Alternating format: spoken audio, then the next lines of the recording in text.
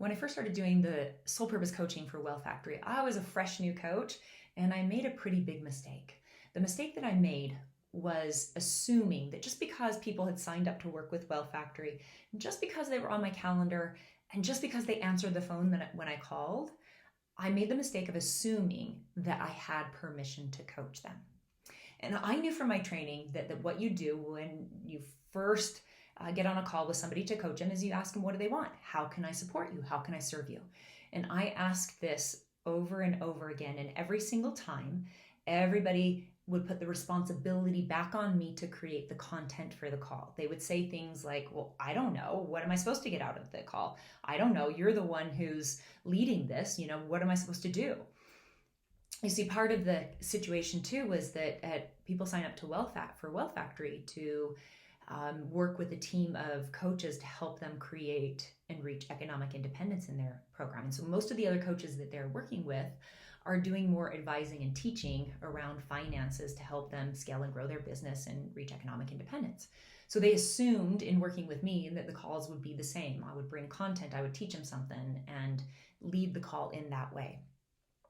And so when they would put the responsibility back on me, the way that I interpreted what they were saying is, you're not prepared. You're supposed to have something to deliver to me. This isn't what I signed up for. I'm paying all this money. You're supposed to have something to bring me, right?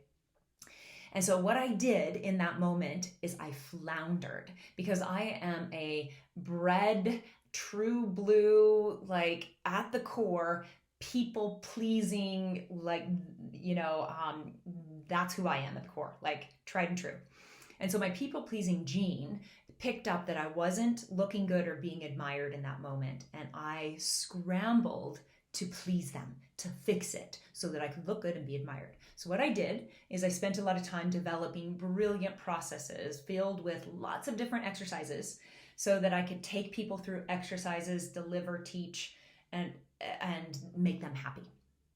And then one day I got really valuable feedback, very uncomfortable feedback.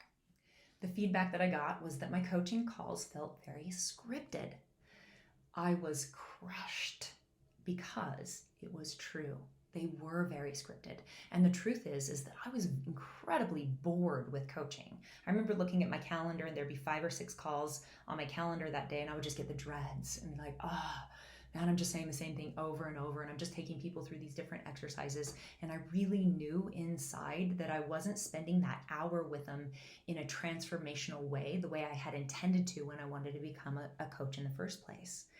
And this is a place that my people-pleasing skills actually served me, because if they weren't going to show up for coaching and my processes and exercises that I had taken them through weren't pleasing them either, then I had to figure out something new. And so I took a good hard look inside at my coaching skills. And what I saw and what I realized is that since I had been defaulting to just taking people through these exercises, and in a way I was also very relieved because it was low risk, I could just take them through these exercises. Since I was doing that all the years, I hadn't been developing more mastery with my ability to have transformational conversations, the kind of conversations that could really change somebody's life. And as I looked at that, a new desire was born. The desire that was born out of this breakdown was the desire to become one of the best coaches in the world. You see, I figured if somebody was going to give me an hour of their most valuable resource, their time, then I wanted that hour spent serving them in a way they didn't even know they needed served, the way that my coaches had for me. And I knew that I needed help developing these skills. And so for years, I searched out the best teachers and coaches that I could. And I worked with a lot of brilliant leaders. I worked with Barbara Stanley, I worked with Lynn Twist, and other great leaders. And what I got from them is a lot of their brilliant content. I learned a lot of great things, but I didn't need more content. I wanted powerful coaching skills. I wanted the skills to be able to take the most guarded billionaire into the cave he or she feared to enter. I wanted the skills to be able to cut clients off in their long-winded conversations that would loop in circles that I was confused by. I wanted the skills to be able to say the thing that I knew needed to be said, but I didn't know how to say it in a way that didn't cause defensiveness. I wanted the skills to truly transform somebody's life and not just take people through exercises that made them feel good.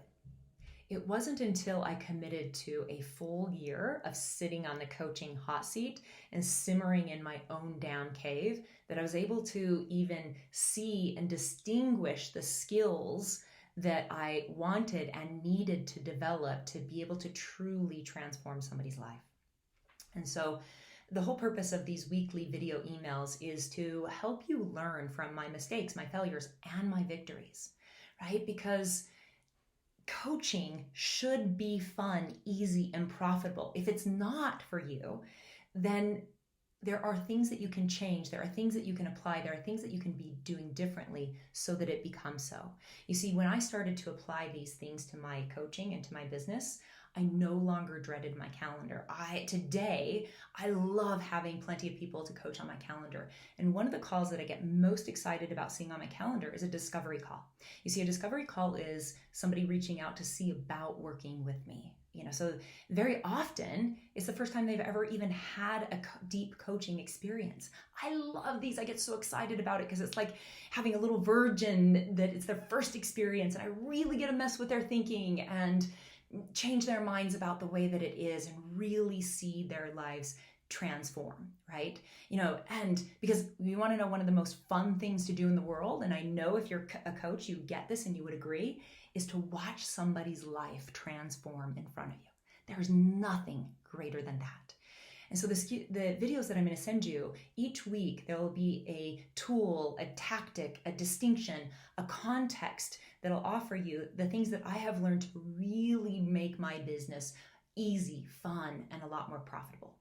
In the next video that I send you, I'm going to send you a video on how to enroll somebody into doing a deeper coaching conversation with you so that you don't make the same mistake that I made, that just because they're on your calendar and answer the phone, that you have permission to coach them. I'm going to give you 4 simple steps that will allow them to buy in and say yes to lowering their guard and really partnering with you in creating something extraordinary. So watch for that video, watch for all the weekly videos to come, and get ready for your business, your coaching to be a lot more fun, easy, and profitable the way coaching is meant to be. Namaste.